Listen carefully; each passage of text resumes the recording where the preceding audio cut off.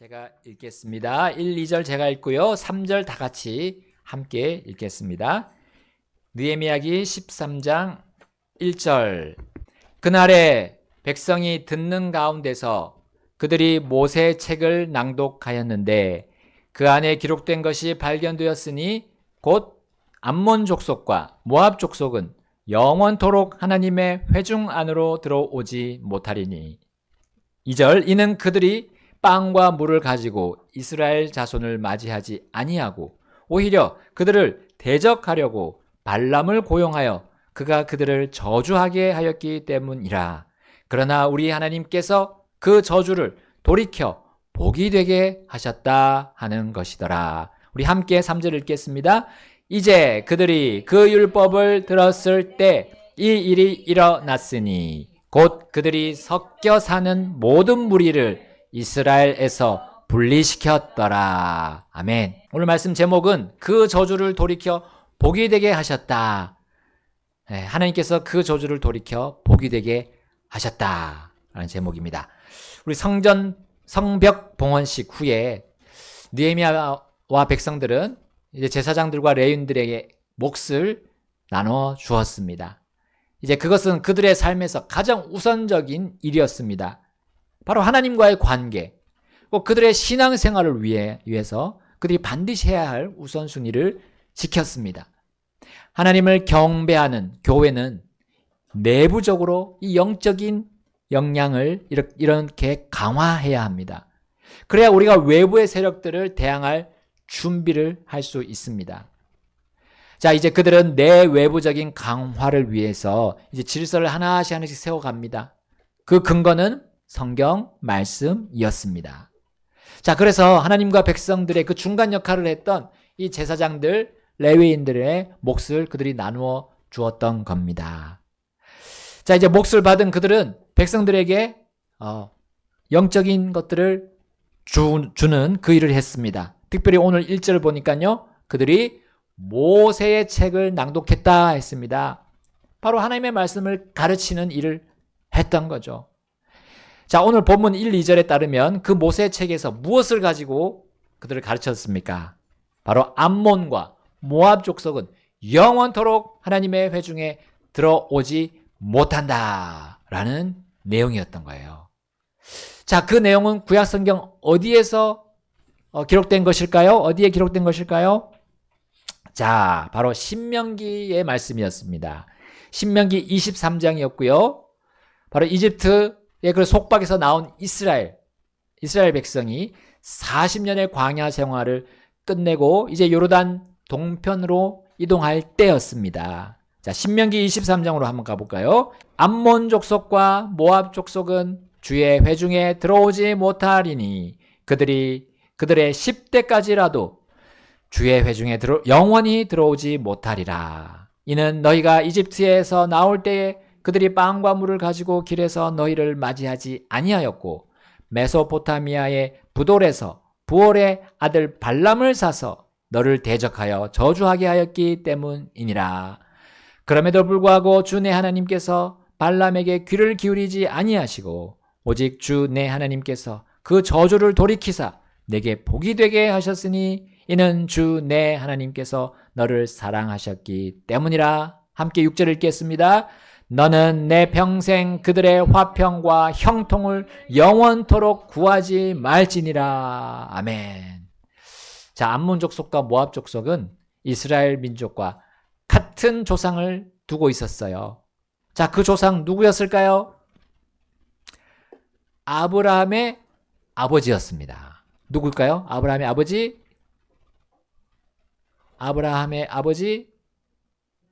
그렇습니다. 데라.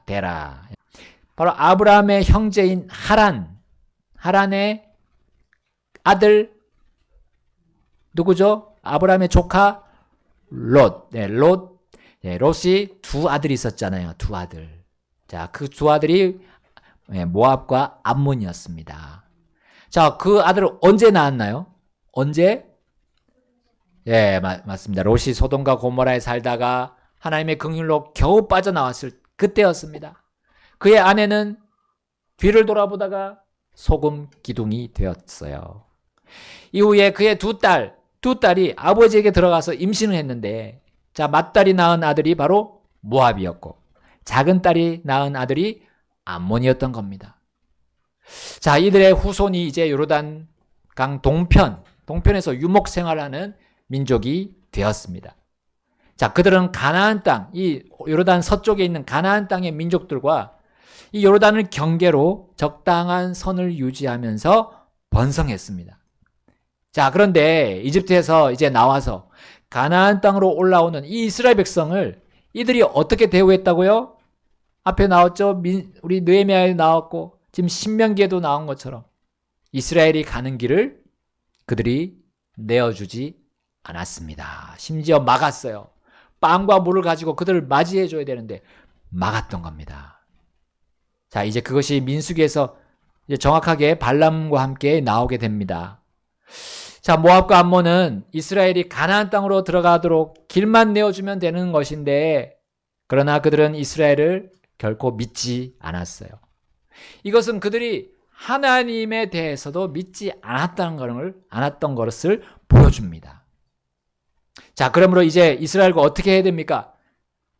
화친을 맺을 수도 없으니까 그 반대 싸워야 되죠. 이제 싸울 태세를 단단히 그들은 갖춰야 했습니다.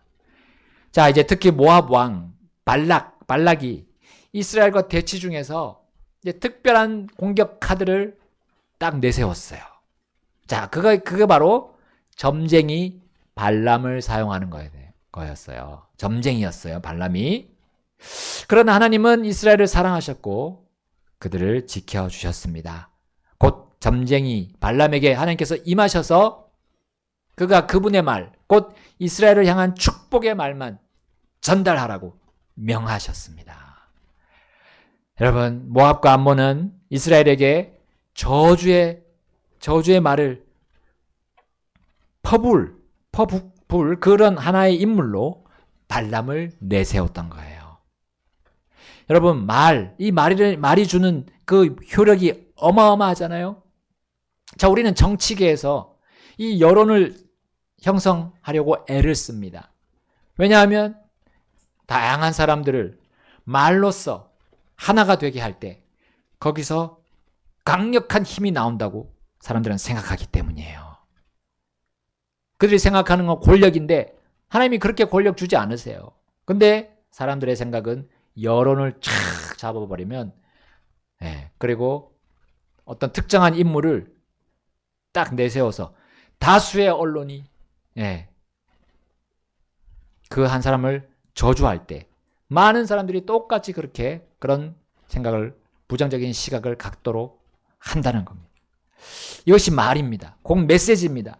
이 메시지가 엄청난 힘을 가지고 있습니다. 모압과 암몬은 이집트의 군대를 홍해에서 몰살시키고 올라온 이 이스라엘을 무서워했습니다. 자, 그렇다고 그들은 순순히 그들에게 정복당할 수는 없다고 생각했어요. 자, 그러므로 그들은 저주를 통해서 이스라엘의 전의를 상실하게 하는 그런 전법을 사용했던 겁니다. 그러나 발람은 모압과 암몬의 바람대로, 소원대로 저주를 할 수 있었나요? 저주를 할 수 없었어요. 그들은 저주를 통해서 이스라엘의 전의를 상실하게 하려는 그 계획이 다 수포로 돌아갔습니다. 하나님께서 그 저주를 바꿔서 돌이켜서 복이 되게 하셨기 때문입니다. 발람은 저주를 할 수 없었지만, 그러나 그는 끝까지 모압의 편에 섰어요. 이스라엘의 편으로 돌아오지 않았어요. 그래서 이스라엘의 젊은이들을 속입니다. 그리고 그들이 하나님을 버리고 다른 신들을 섬기게 하는데 성공했어요. 어떤 식으로 했을까요? 바로 모압의 딸들을 사용했습니다. 이들이 모압의 딸들에 다 빠져가지고 그들을 아내로 삼으려고 했던 거예요. 결혼을 통해서 하나님을 버리게 하고 다른 신들을 끌어들이게 하는데 그들 성공했던 겁니다. 이 발람이 성공했어요. 결국 재판관들은 발람과 함께 그 모압 딸들과 행음을 한 남자들, 이스라엘 남자들을 딱 칼로 죽였어요. 여러분, 그렇게 죽은 남자들이 몇 명이나 되는지 아십니까? 무려 1000명이었어요. 1000명. 1000명. 1000명의 청년 젊은이들이 하루아침에 다 죽어 나갔습니다. 또한 그와 동시에 역병이 일어났어요. 역병.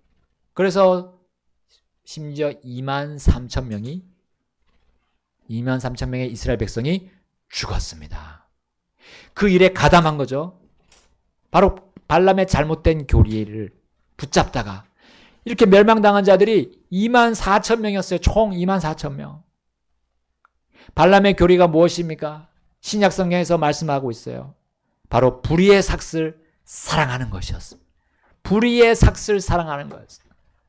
내가 정당하게 벌어서 받는 수고에 따른 그런 삭시 아니라 속여서 또 범법을 해서 얻는 그런 거였어요. 노력도 하지도 않고 뺏어서 버는 이것이 바로 불의의 삭슬 사랑하는 자들의 모습입니다. 탐욕을 내어 달려가는 것이 바로 발람의 교리였습니다. 바로 우상숭배잖아요. 탐욕은 우상숭배다라고 골로새서에 말씀하십니다. 자, 이것이 순식간에 이스라엘 안에 들어와 사람들을 부패시켰던 겁니다. 여러분, 이제 곧 하나님께서 약속하신 그 약속의 땅에 들어갈 거 아닙니까?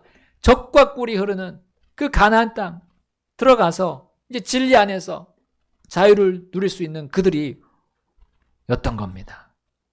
그러나 모압과 암몬이 그 방해꾼들이 등장해서 특별히 발람이 등장해서 그들을 유혹했습니다.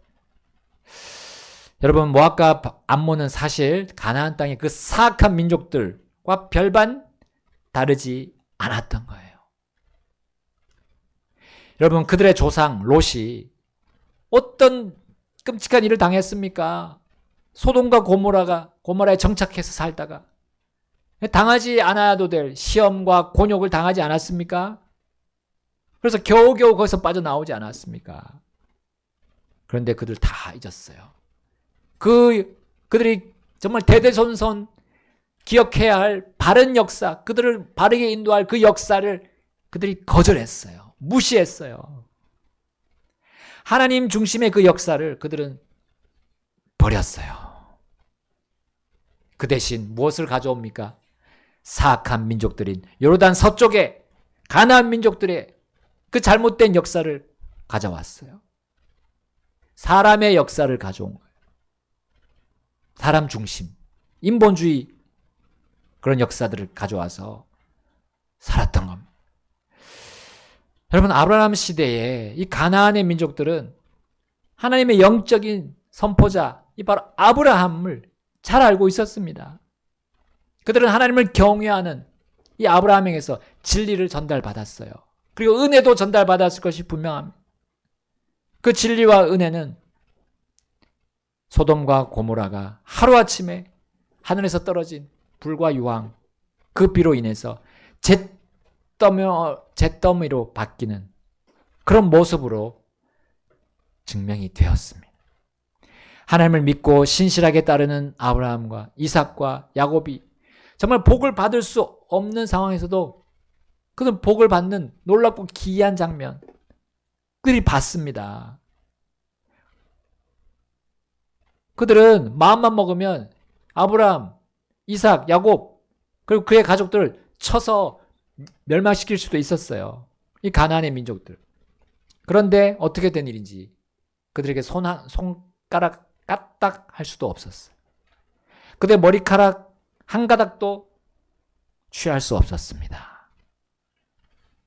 하나님은 그동안 가나안의 민족들 그리고 모압과 암몬 족속들에게 회개할 기회를 계속 주고 계셨어요.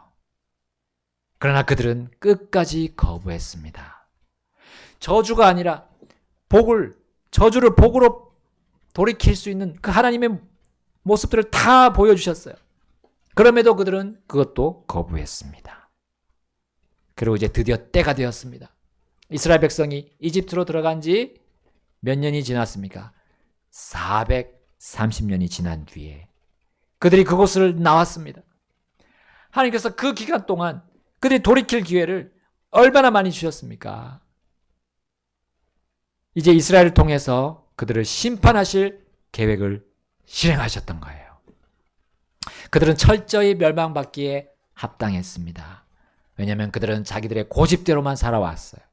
오직 자기 신들의 기쁨만을 얻으려고 살았습니다. 세상에서 얻을 수 있는 거의 모든 것들을 다 얻어보려고, 그 모든 쾌락들을 다 얻어보려고 그렇게 살아왔어요. 또 그러면서도 완전히 반대, 극단도 쫓아가며 그들이 거룩한 척 했습니다. 그래서 온갖 신들을 만들어서 세웠어요. 그들은 극단을 오가면서 거짓과 속임수로 살아왔던 겁니다. 온갖 잡동사니 사상들을 다 가져와서 자신들의 삶을 더럽혔던 거예요. 거기에는 하나님께서 앉을 자리가 없었습니다. 하나님의 경고의 말씀이 자리 잡을 공간이 없었던 거예요. 그러므로 하나님은 이스라엘이 그들과 분리하라고 엄히 명하셨던 겁니다. 모압과 암몬이 주의 회중에 들어오지 못하리라. 영원토록 못하리라 했어요. 여러분, 모압과 암몬의 후손이 여전히 존재했던 바빌론 제국, 또 페르시아 제국의 시대였습니다. 이제 느헤미야는 돌아왔을 때 그들 주위에, 예루살렘 주위에 여전히 자신들을 노리고 있는 그들이 있음을 보았어요. 그리고 이제 모세의 책에 언급된 대로 다시 이 부분을 강조하면서 분리를 선포했던 겁니다. 야, 그들은 그때도 그랬듯이 지금도 우리를 저주하고 있어. 그러므로 그들은 우리와 함께 살 수 없다. 지금 우리를 저주하는 그들은 하나님을 저주하는 것이기 때문이야. 그러므로 그들은 결코 우리 회중 안에 들어오지 못한다. 라고 선포했던 겁니다. 자, 이제 내부적으로 준비가 된 느헤미야는 이렇게 외부적인 적들에 대해서 그 입장을 분명히 진리로 세웠던 겁니다. 이것은 이스라엘이 망하지 않게 하는 것 이상의 의미가 있었어요. 바로 메시아의 오심을 그들이 준비하는 것이었습니다. 주님을 거부하는 민족, 여러분, 불신자들의 그 혈통과 그들의 삶의 방식과 자, 이스라엘이 섞이지 않아야 된다는 거, 이것이 바로 분리였습니다. 여러분, 지금 우리 교회가 불신 세상과 분리하는 삶, 이것은 또 무엇을 준비하는 겁니까? 우리가 주님과 혼인잔치에서 영원한 날에 함께 살 것을 준비하는 거 아닙니까? 교회와 세상의 분리는 영원한 결혼 생활을 위해 우리가 순결을 지키는 것을 의미합니다. 교회는 어린 양의 혼인잔치에서 아름답게 빛날 신부이기 때문입니다. 신랑이시며 가장 영광스럽게 빛나실 예수님의 영광을 드러낼 신부가 교회입니다. 자, 그러면 우리가 이 땅에서 어떻게 살아야 하는지 그 정답이 쉽게 나오죠? 교회는 자신의 머리이시고 자신의 기초이신 예수님만을 향해서 살아야 합니다. 우리 교회의 시선은 그분만을 바라봐야 되는 거예요. 그분이 생각하시는 것에 내 생각을 맞춰야 합니다. 그분의 기쁨이라면 내가 어떤 기쁨이라도 포기해야 돼요. 그분의 기쁨 속에 내 기쁨을 넣어야 된다는 거죠.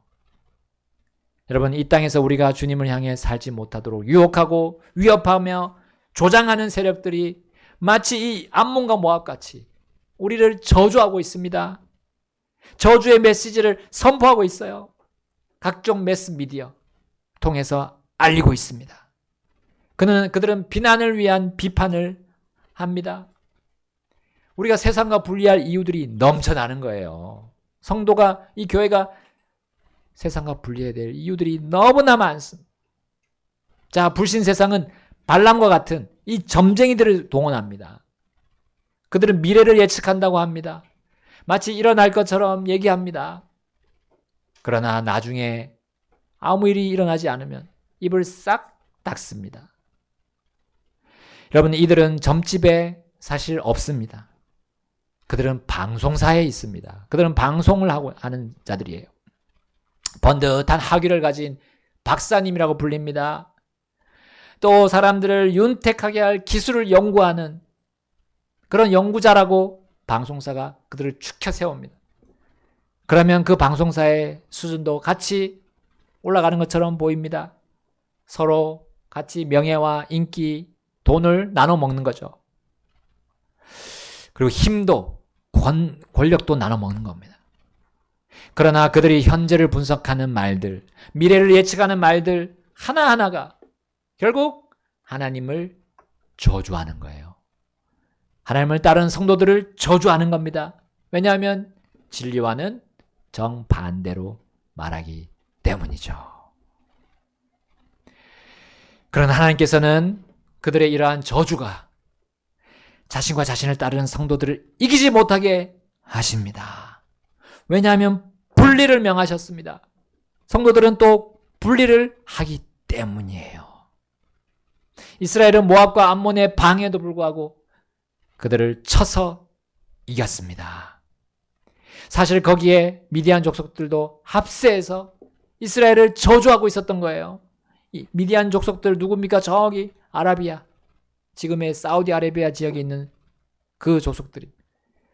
그러나 하나님께서 미디안을 치라고 명령하셨고, 자, 이제 모세는 각 지파에서 1000명씩 총 12,000명을 일으킵니다. 그리고 미디안의 모든 남자들을 멸했어요.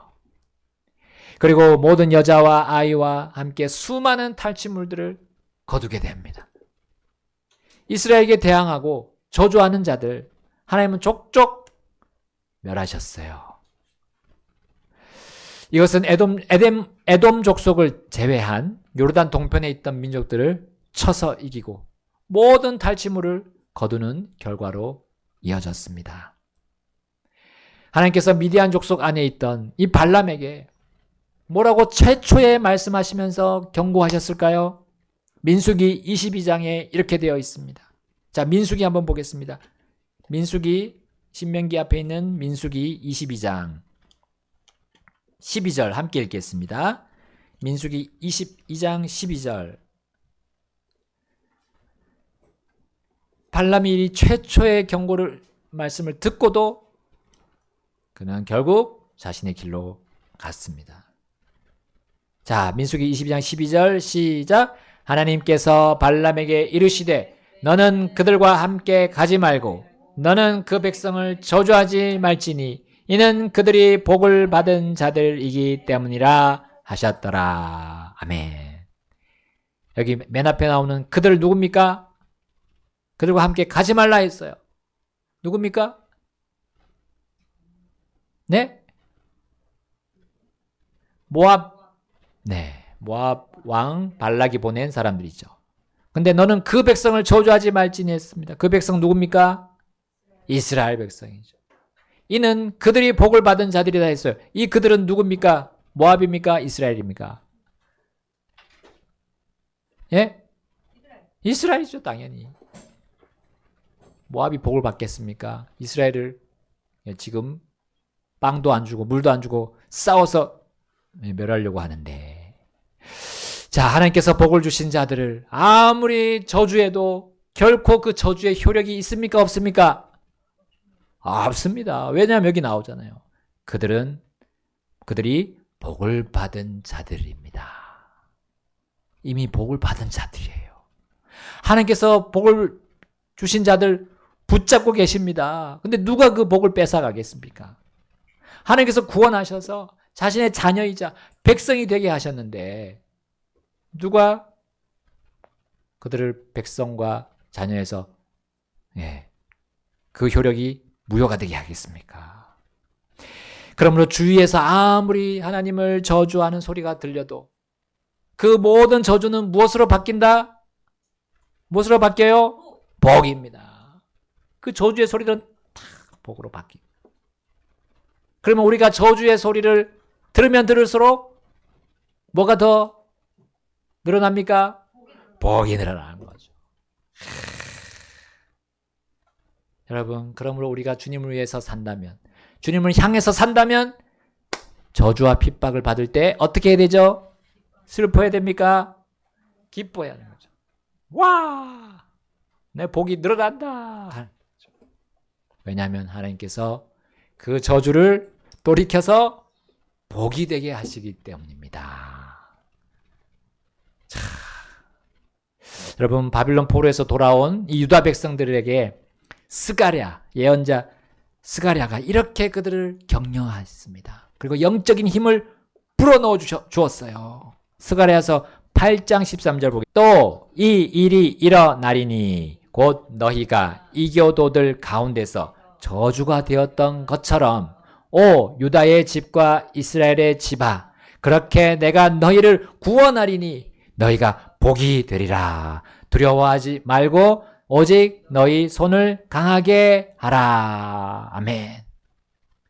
고국 땅에 다시 돌아온 이 유다를 비방하고 모욕하고 저주하는 자들이 계속 그들 주위를 맴돌았습니다. 여러분, 우리가 사는 현재도 그렇지 않습니까? 이스라엘 서쪽 옆구리에 딱 붙어 있어서 계속 자신들의 권리를 주장하고 있는 나라 팔레스타인, 있지 않습니까? 블레셋 아닙니까? 블레셋. 그리고 그들을 두둔하는 각국의 사람들이 있습니다. 이 팔레스타인의 하마스의 군사적인 행동은 아무 말도 하지 않으면서 이스라엘이 군사적으로 행동하면 꼬집어가지고 비난하고 저주합니다. 이스라엘에 대해 무지한 것인지 아니면 알면서도 그 테러 집단을 지지하는 여러분, 우리 이 현 정부의 대처가 매우 큰 우려를 자아내고 있습니다. 여러분, 하나님과 그 백성을 저주하는 편에 우리가 설 것이냐 아니면 하나님과 그 백성 이스라엘을 축복하는 편에 서 있을 것이냐, 굉장히 중요한 일입니다. 그럼 우리 주 하나님은 아브라함에게 이렇게 약속하셨어요. 창세기 12장 3절 너를 축복하는 자들에게는 내가 복을 주고 너를 저주하는 자에게는 내가 저주를 내리리니 내 안에서 땅의 모든 가족이 뭐를 받으리라? 복을 받으리라 하셨더라. 아멘. 이스라엘은 현재 민족적으로 눈이 어두워져 있어요. 그래서 예수님을 민족적으로 받아들이지 않고 있습니다. 개개인은 받아들이고 있어요. 근데 민족적으로. 그래서 하나님께서 버림받은 것처럼 보이죠. 그래서 우리가 이스라엘을 그렇다고 저주해도 될까요? 안 됩니다. 성경 신자는 절대로 그럴 수 없습니다. 성경을 믿는다면 이스라엘에 대해서 축복해야죠. 여러분, 사실 우리는 팔레스타인도 저주합니까? 해도 됩니까? 안 됩니다. 중국도 저주해도 됩니까? 북한 저주해도 됩니까? 안 돼요. 우리는 다 축복해야 돼요. 왜냐하면 예수님이 말씀하셨기 때문에. 예수님이 원수들에 대해서도 뭐라고 했습니까? 마태복음 5장 44절에 그러나 나는 너희에게 이르노니 너희 원수들을 사랑하고 너희를 저주하는 자들을 축복하며 너희를 미워하는 자들에게 선을 행하고 악의적으로 너희를 다루며 너희를 핍박하는 자들을 위해 기도하라. 아멘. 누가복음 6장 28절에도 너희를 저주하는 자들을 축복하고 너희를 악의적으로 다루는 자들을 위해 기도하라. 하나님께서 모든 저주를 돌이켜 복으로 바꿔주실 것을 믿는 성도, 그 성도는 악의적으로 대우하고 핍박하는 자들 위해서도 축복하고 기도합니다. 그래서 바울도 예수님을 따라서 이렇게 선포했습니다. 로마서 12장 14절 너희를 핍박하는 자들을 축복하라. 축복하고 저주하지 말라. 아멘. 물론 이 축복은 그들의 비뚤어지고 사악한 생각, 사악한 견해, 그 거짓된 교리를 받아들이란 뜻이 아니죠. 그들을 향해 오래 참고 계시는 그 하나님의 회개의 자리로 돌아가기를 바라는 것입니다. 그렇게 바라지 않으면 우리는 그들이 멸망하기를 바라는 거로 우리 삶을 살 거예요. 그들을 미워할 겁니다. 그러나 그런 주님이 원하시는 것이 아닙니다. 다만 그들이 회개하지 않은 가운데 결코 그들을 또 교회 안으로 들여보내지는 못하는 거죠. 이 분리는 여전히 유효하고 영원히 유효한 겁니다. 그들은 거룩하지 않은 것들과 어둠에 머물러 있기 때문입니다. 여러분, 빛과 어둠이 함께하지 못합니다. 그러므로 느헤미야와 백성들은 이 하나님의 분리의 말씀에 이렇게 결단하고 실행에 옮겼습니다. 본문 느헤미야기 13장 3절 가서 보고 정리하겠습니다. 이제 그들이 그 율법을 들었을 때 이 일이 일어났으니 곧 그들이 섞여 사는 모든 무리를 이스라엘에서 분리시켰더라. 아멘. 여기 섞여 사는 무리가 나옵니다. 그들의 조상들이 이집트에서 나올 때도 섞여 사는 무리가 있었어요. 섞인 무리들이 있었어요. 곧 그들은 하나님을 믿지 않고 이스라엘 옆에 들붙어 다니는 자들입니다. 들붙어 다니는 자. 자, 이들과의 분리를 명하셨는데 이들과의 분리는 우리가 이 세상 사람들과 믿지 않는 사람들과 완전히 떨어져서 저기 산이나 저기 무인도 섬에 가서 살란 말입니까? 아니죠. 바로 그들의 삶의 방식, 생활 방식하고 떨어져서 사는 것. 그들의 삶의 방식이 우리 안으로 자꾸 들어오려고 합니다. 그로부터 밀어내고 하나님의 삶의 방식으로 그들을 이끄는 거죠. 우리가 이끌어야 돼요. 가르치고 선포해야 되는 겁니다. 그런 식으로 살면 안 된다고 지적을 해줘야 됩니다. 물론 어느 정도 처음에는 관계를 맺어야 되죠. 좋은 관계를 맺고 그 다음에 진리가 탁 들어갈 때가 있을 겁니다. 자, 우리는 그거를 기대하고 지금 기다리고 있습니다. 우리 관계하고 있는 사람들, 우리 아까 기도한 그 가정도 있습니다. 지금 벌써 몇 년입니까? 우리가 4년, 5년째 지금 지내고 있는데 계속 하나님이 기회를 주셨어요. 그 가정을 보면 뭔가 일이 터져요. 사고가 나고 다치고 아프고 왔잖아요. 그래서 왔잖아요. 와서 하나님 말씀 잠깐 들을 때가 있었습니다. 근데 또 나가버렸어. 그러니까 좋아집니까? 네, 좋아질 수가 없죠. 하나님을 구주로 믿고 그 확신 속에서 살면 되는 건데 하나님의 그 오래 참음을 자꾸 거부하는 것. 여러분, 우리 주위에 그런 사람들이 많이 있습니다. 그리고 우리를 여기에 부르신 거는 그 사람들에게 찾아가서 회복시키는 겁니다. 하나님 안에서 회복시키는 거예요. 그 일을 우리에게 맡기셨습니다. 그렇기 위해서는 우리는 하나님께서 우리에게 주신 그 복, 저주를 돌이켜 복이 되게 하시는 거, 우리의 구원 아닙니까? 그리고 그 큰 구원을 우리가 품고 그걸 위해서 다른 사람들이 그렇게 또 되도록 나 자신을 줘야 됩니다. 희생해서. 하나님이 주신 것들을 가지고 사용해서 줘야 합니다. 자, 그것을 위해서 오늘 우리에게 주셨고요. 그 일을 할 때 조심할 것은 그들의 삶에서 분리해야 된다. separate. 분리. 자, 두 가지를 우리가 잘 해야 합니다. 사랑 주고 분리하고, 사랑을 주고 분리하고. 자, 함께 이 시간 반주 나올 때 같이 기도하겠습니다. 하나님 앞에 우리가 나가서 결단하겠습니다. 내 삶이 어떻습니까? 주님이 우리를 부르시고 우리에게 복을 주신 것 우리가 늘 기억하고 감사드립시다.